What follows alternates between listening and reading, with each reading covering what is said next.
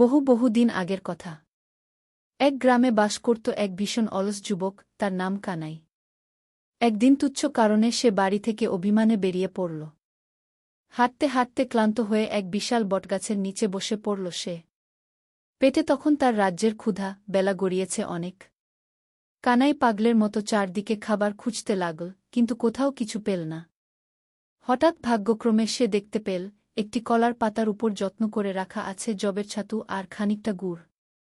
অলস হলেও পরিচ্ছন্নতার বাতিক ছিল তার। সে ভাবল, আগে হাত মুখটা পুকুরে গিয়ে ধুয়ে আসি, তারপর পেট ভরে এই অমিত খাব খেয়ে এই ভেবে সে পুকুরের দিকে গেল। ফিরে এসে কানাইয়ের চক্ষু স্থির। দেখে তার স্বাদের খাবারের জায়গায় দাঁড়িয়ে আছে রাজার এক মত্ত হাতি। আর কলার পাতার ছাতুগুড় সব সাবার। ক্ষোভে, দুঃখে ও তীব্র রাগে কানাই হাতিটির পিঠে সজোরে একটি চড় কষিয়ে দিল। সবাইকে অবাক করে দিয়ে সেই বিরাট হাতিটি চড় খেয়ে মাটিতে লুটিয়ে পড়ল এবং মুহূর্তেই মারা গেল। আসলে কেউ জানত না যে কলার পাতার সেই ছাতু আর গুড়ে মারাত্মক বিষ মেশানো ছিল। হাতিটি সেই বিষাক্ত খাবার খেয়েই মরেছিল। কিন্তু গোটা রাজ্যের চোখে পড়ল অলস কানাইয়ের এক চোরে হাতির মৃত্যু। এই অবিশ্বাস্য খবর বিদ্যুৎ বেগে রাজার কানে গেল। রাজা বিস্মিত। এ কি ভয়ানক শক্তি! যে এক চোরে হাতি মারে সে নিশ্চয়ই দেবতুল্য বীর। সেই সময় রাজার পাশের রাজ্য দখল করার জন্য যুদ্ধ আসন্ন ছিল। রাজা দেরি না করে কানাইকে ডেকে পাঠালেন এবং তাকেই সেনাপতির পদে বসিয়ে যুদ্ধে পাঠাবার সিদ্ধান্ত নিলেন। কানাই তো মহাফা পড়ে। সে জানে আসল সত্য।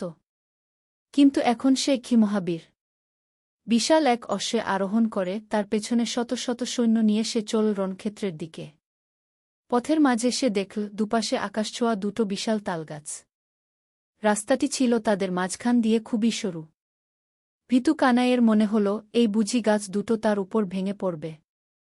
ভয়ে তার সর্বশরীর কাঁপতে লাগল। ভয়ে দিশেহারা কানাই চলন্ত ঘোড়ার পিঠে থাকা অবস্থাতেই দুহাতে তালগাছ দুটোকে প্রাণপণে জাপটে ধরল। আর কি অলৌকিক কাণ্ড! ভয়ের তীব্রতায় সে এতটাই জোরে গাছ দুটো আঁকড়ে ধরেছিল যে মুহূর্তের মধ্যে শেকড়সুদ্ধ দুটো তালগাছই উপরে তার হাতে উঠে এল।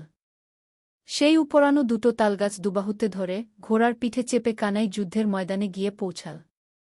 শত্রুপক্ষের সৈন্যরা দূর থেকে দেখল, এক দানবীয় যোদ্ধা হাতে দুটো আস্ত গাছ নিয়ে তাদের দিকে ধেয়ে আসছে। এমন ভয়াবহ দৃশ্য তারা জীবনে দেখেনি। তারা ভাবল, এ নিশ্চয়ই কোনো অশুভ শক্তি বা অসীম ক্ষমতার অধিকারী। এই দৃশ্য দেখে ভয়ে কাঁপতে কাঁপতে শত্রুপক্ষের সৈন্যরা অস্ত্র ফেলে মুহূর্তের মধ্যে দিকবিদিক পালিয়ে গেল। বিনা যুদ্ধেই রাজা সেই রাজ্য দখল করে নিলেন। কানাইয়ের এই অলৌকিক বীরত্বে কি রাজা এতটাই আনন্দিত হলেন যে তিনি কানাইকে নতুন রাজ্যের যুবরাজ ঘোষণা করলেন, নিজের রাজকন্যার সাথে তার বিয়ে দিলেন এবং নিজের রাজসিংহাসনও তার হাতে তুলে দিলেন।